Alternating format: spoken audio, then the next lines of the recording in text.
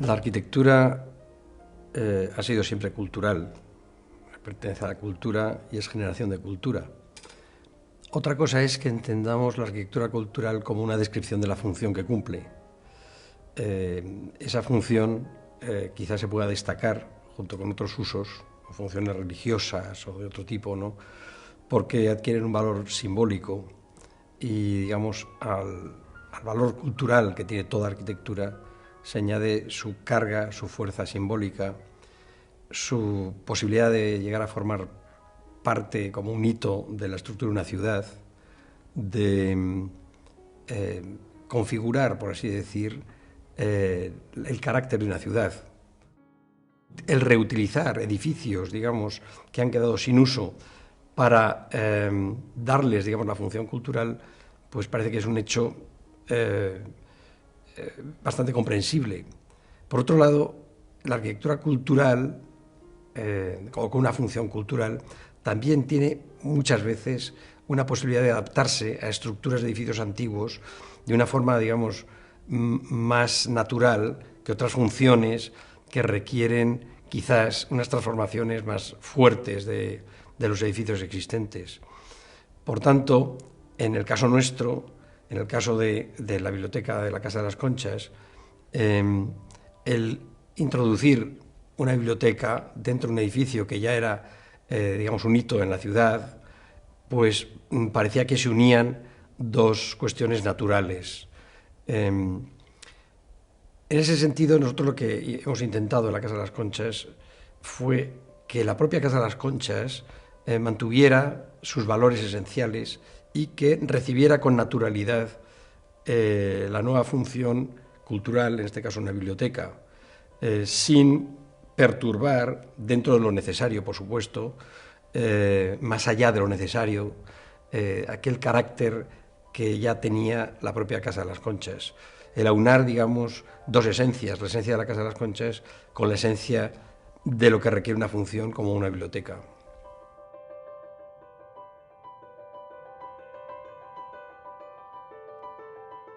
Las transformaciones que tuvo que sufrir por una adaptación, primero a las circunstancias actuales de la vida, de la seguridad, de la movilidad, de la adaptación para recibir las instalaciones pertinentes, eso era algo que tenía que entroncarse dentro de lo que era posible, del potencial, digamos, y de la inteligencia que la propia Casa de las Conchas ya tenía como edificio.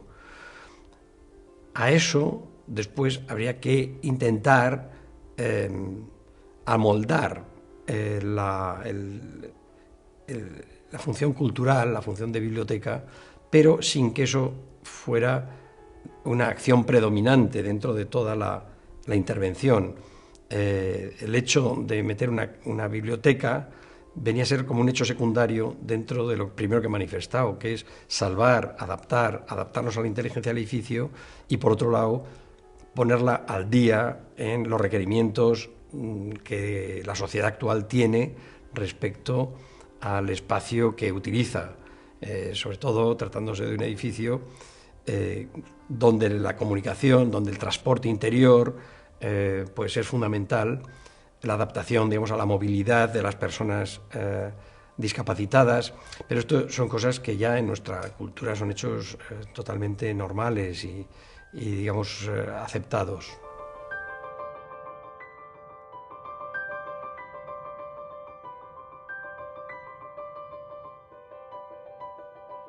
Una biblioteca es un espacio de concentración, es un espacio de sosiego. Se ancla cronológicamente en un momento, pero que tiene una dimensión temporal en cuanto que lo que deposita son libros que tienen su historia, que tienen su tiempo, y además hay un tiempo propio de la biblioteca como espacio de uso, ¿no? Cada edificio tiene su dimensión temporal.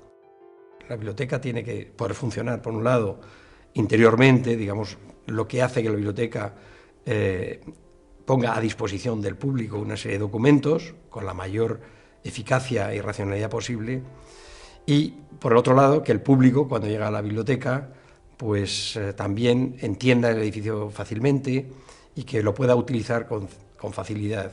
Sería complicado hacer una biblioteca, digamos, en un espacio laberíntico, puesto que el propio usuario se encontraría, digamos, confuso. Tiene que ser un espacio claro, un espacio fácil de comprender y fácil de utilizar, pero que esa facilidad se tiene que transformar también en generosidad respecto a los lectores, respecto a los que lo usan, y en generosidad respecto al lugar en el que se encuentra dentro de la ciudad. Todos actuamos sobre algo que ya ocurrió en nuestra cultura, nos la ceden, digamos, los mayores, esos mayores que son la reacción de otros mayores, ¿no? El pozo, digamos, de la tradición. Todo esto no quiere decir que no tengamos que tener una visión crítica respecto a eso, pero la visión crítica procede primero del conocimiento y del respeto. Por tanto, el patrimonio cultural es la cimentación que tenemos para todas nuestras acciones y, desde luego, cuando hablamos ya de arquitectura, cuando hablamos de ciudad, es aquello que nos da seguridad en nuestra existencia. ¿Qué pasaría si no tuviéramos ningún patrimonio? Sería muy difícil, ¿no? ¿Qué pasa cuando el ser humano llegue a un planeta, a la luna, digamos? No hay nada, ¿no? Es terrible, ¿no? O sea, es un gran reto hacia adelante, pero es terrible no tener nada sobre el que basarse. Seguramente la luna nos dejaría su estructura geológica y demás, que tenemos que reconocer y aceptarla como patrimonio cultural también.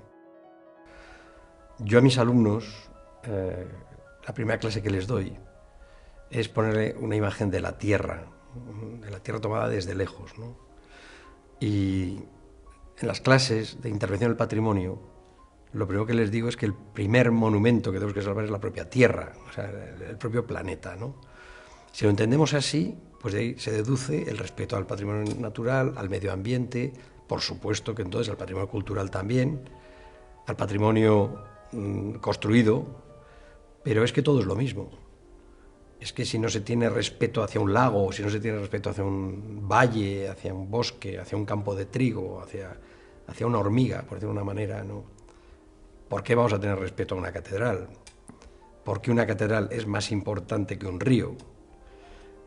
Yo creo que hemos tardado mucho en darnos cuenta de esto, pero yo creo que ahora ya empieza a ser, digamos, una parte no asumida, sino un deber que tenemos ya de ser conscientes respecto a que todas las acciones nuestras tienen una influencia más próxima o más lejana sobre cuestiones que nosotros no controlamos y que, si son irrespetuosas, antes o después nos van a pasar la factura.